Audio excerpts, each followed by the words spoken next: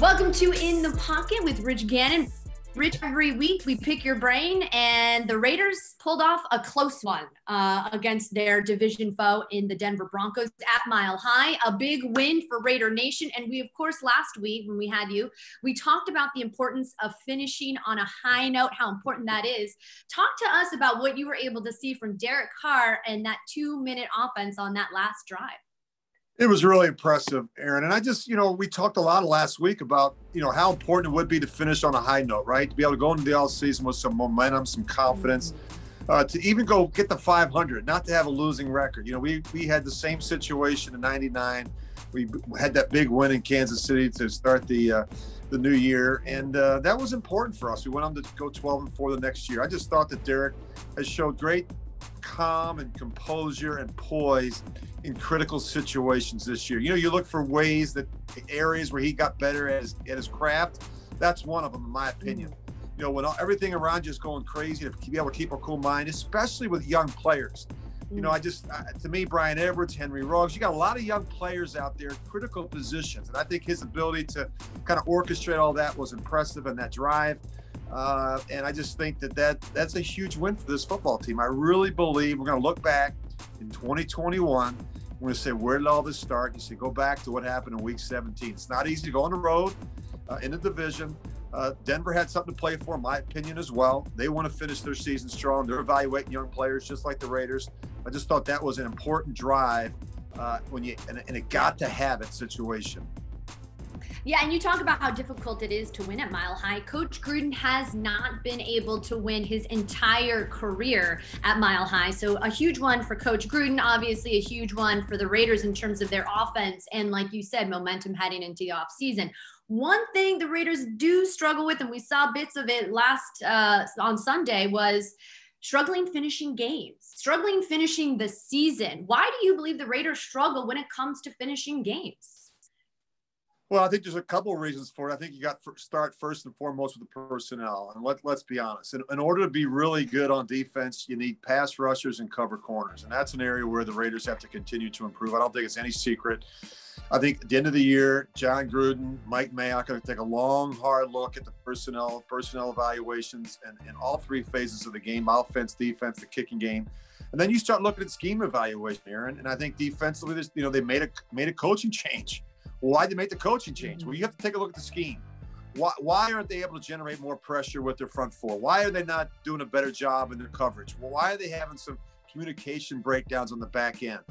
I think why are they not able to better be a top 5 run defense?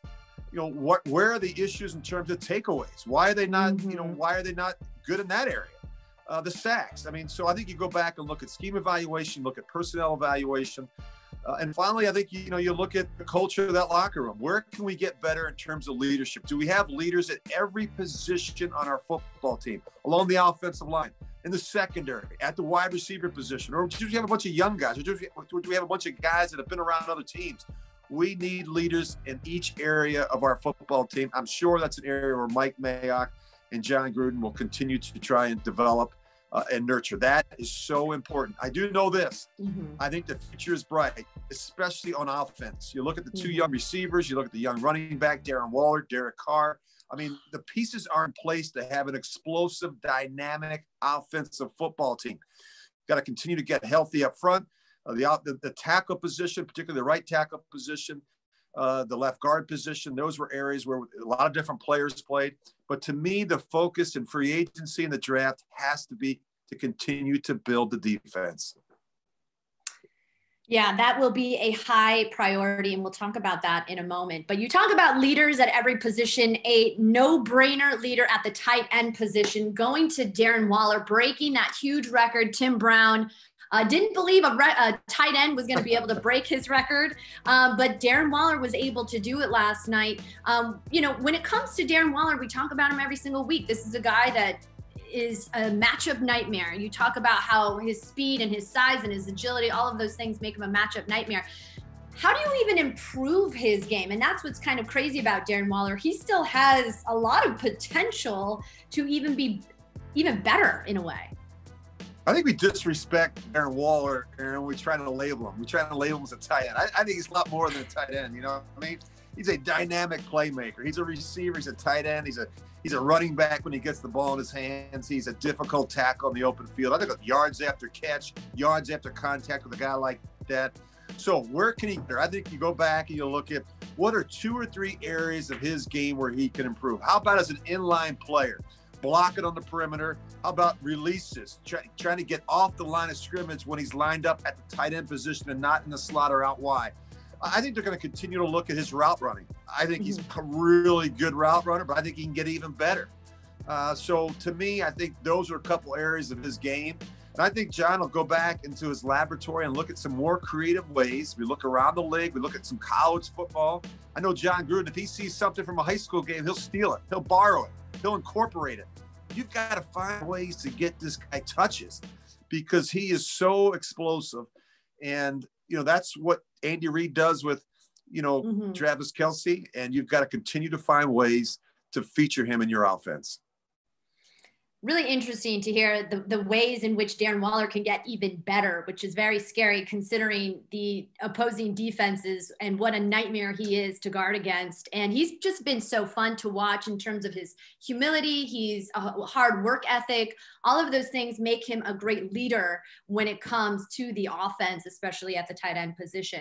Now, speaking of leaders, we're talking about the defense, probably a high priority for the Raiders this offseason is finding the right guy when it comes to the defensive coordinator. Is that going to be essential to this team's success, is finding potentially the right guy in the event Rod Marinelli is not the defensive coordinator for the 2021 season?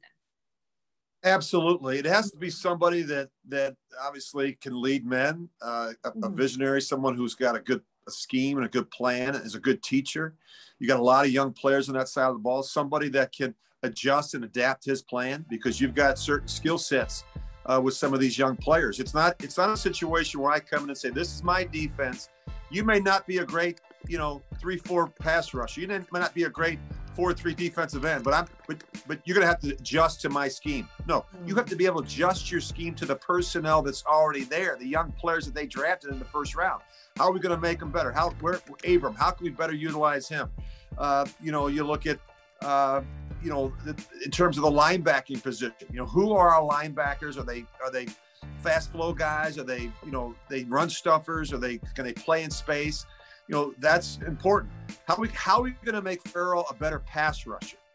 How do we find a way to make Arnett a better cover corner? And is he a better blitzer? Can we put him in the slot? How else can we utilize his skill set? So those are the things I think he's going to have to do. And then he's got to find a way to work alongside John Gruden. He's going to find a way to work alongside Mike Mayock in terms of, hey, these are the players, the type of player that I'm looking for along the defensive line. These are the type of players that I need at the linebacker position. So that communication component, Erin, is so important. The great organizations have great communication at every level of their organization. Yeah, and look, it has not been a conventional year by any stretch of the imagination. We had Eric Allen on our Raider Game Day post-game show Sunday after the game, and he made a great point that with COVID and young players, they haven't been able to really do situational football quite like you would be able to in a more traditional football setting. And all of that being mixed in, of course, has allowed, like you mentioned, some opportunities for miscommunication to happen. But strange year. One thing has been a complete highlight for me is getting to work with you, Rich Gannon. We love doing In the Pocket. Thank you so much for sharing your insight and your wisdom each and every week. And we look forward to seeing you next year. Erin, you're the best. Have a wonderful new year and go Raiders.